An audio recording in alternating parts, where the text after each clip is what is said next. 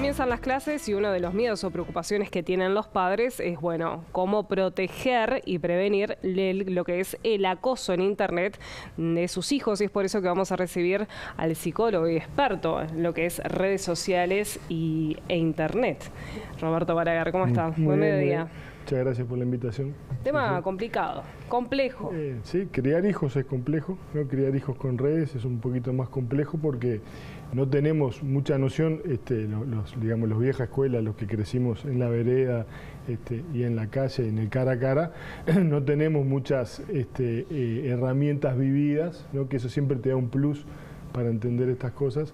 Entonces tenés que tratar de ir pescando, digamos, es lo que te relatan los padres, ¿no? Tratar de ir pescando, cuáles son las redes complicadas, a qué edades, ¿no? Comenzar, toda una serie de preguntas, digamos, basadas básicamente en el desconocimiento que hay, ¿no? De esa como otra cara del mundo adolescente que cada vez consume más tiempo, es decir, el tiempo en redes, el tiempo en Internet, es un tiempo que va increciendo, te diría que año a año, quinquenio a quinquenio, década a década, ¿no? Y que va haciendo que cada vez más los procesos de socialización se vayan más, se dirijan más y se desarrollen más en el ámbito de las redes, ¿no? Para bien y para mal. Un poco la pregunta inicial, en el caso para mal es que muchas veces, digamos, los fenómenos de acoso que antes se daban cara a cara, en una clase, en un pasillo, en un baño, que se siguen dando, ¿no? Pero muchas veces se inician en el ámbito de las redes sociales, ¿no? Y claro, y los padres como desconocen eso, como no saben, lo primero que tratamos de hacer todos, ¿no? Es decir, no participes más, ¿no? Como sacar eso peligroso. En realidad, esa no es hoy una solución porque los jóvenes hoy socializan en las redes sociales y te diría que casi que lo necesitan como el oxígeno porque es parte de la socialización, ¿no?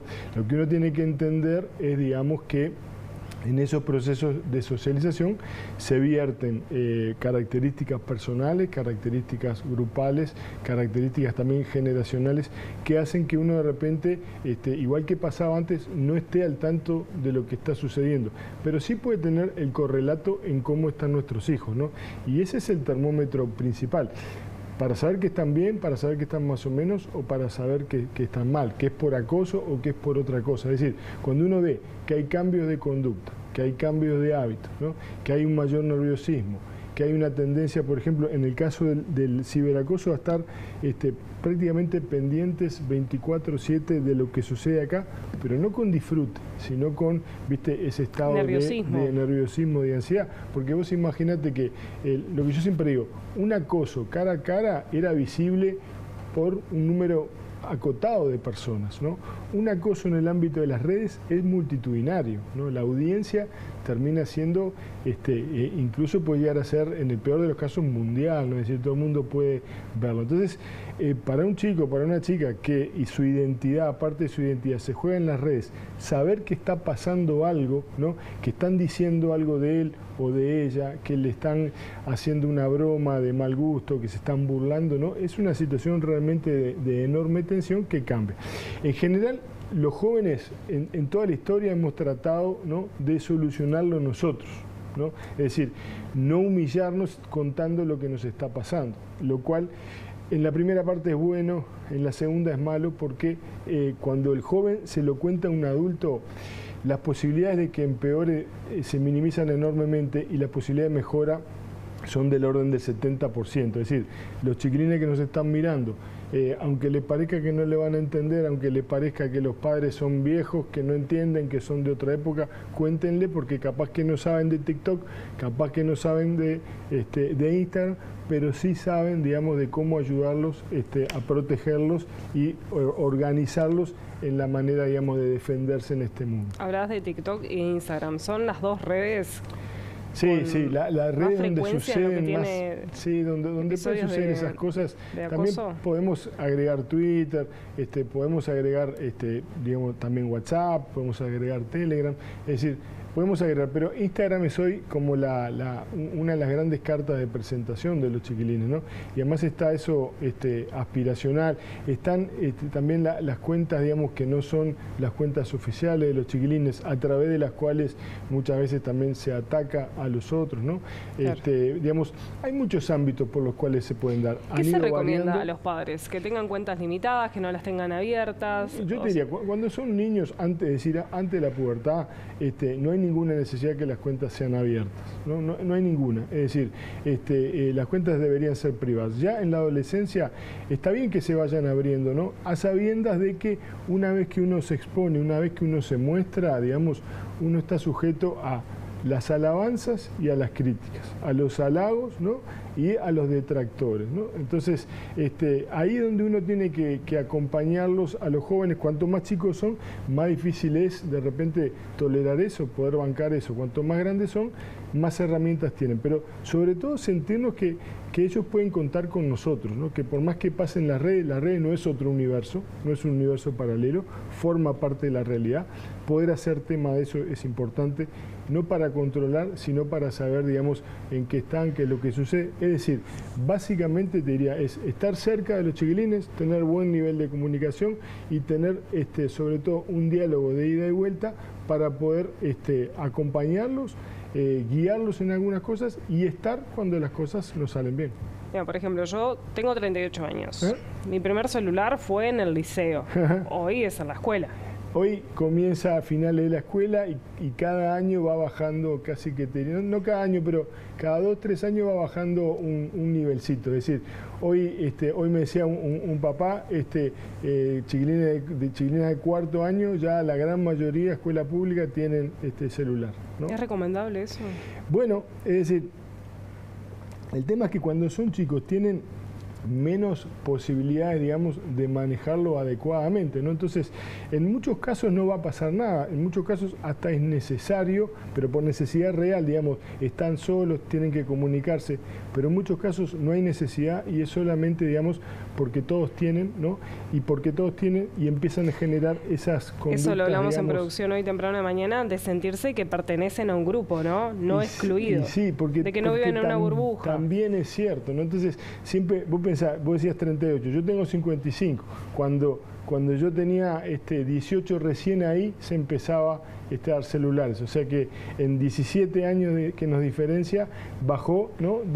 El final del liceo a comienzo del liceo y va a seguir pasando. Entonces, de cualquier modo, lo importante acá son los vínculos, ¿no? Es decir, cuando los chiquilines confían en vos, cuando tienen buen diálogo, cuando te pueden contar las cosas les van a pasar, ¿no? El tema es que tengan a quién confiárselo y en quién respaldarse en el caso que le sucedan cuestiones, digamos, que no son las esperables, que no son las agradables. Ahora, cuando un niño ya está sufriendo y los padres detectan, ¿ya hay cifras manejables de la depresión juvenil adolescente? Mira, hay una correlación muy grande. ¿Está relacionada con esto? Hay una, digamos, uno no puede hablar de una causalidad, pero hay una correlación muy grande entre la aparición de las redes sociales y mayores índices de depresión y ansiedad en adolescentes jóvenes, ¿no? Y te diría que, y más especialmente en las chicas, ¿no? que en los varones. Entonces, hay una correlación. Es decir, hoy la socialización es mucho más complicada en ese sentido, porque vos estás compitiendo, entrecomilladamente, ¿no? Con jóvenes que de repente, en el caso de las chicas, que se producen, que se maquillan, ¿no? In extremis, y que hace que muchas chicas se sientan muy mal, es decir, se comparan porque es una edad de comparación, es una edad... Estamos hablando que parecen mucho más edad de la que claro, tienen, ¿no? Pero siempre van a encontrar a alguien que es más linda, más tiene más capacidad de comunicación, más capacidad de arrastre, digamos, ¿no?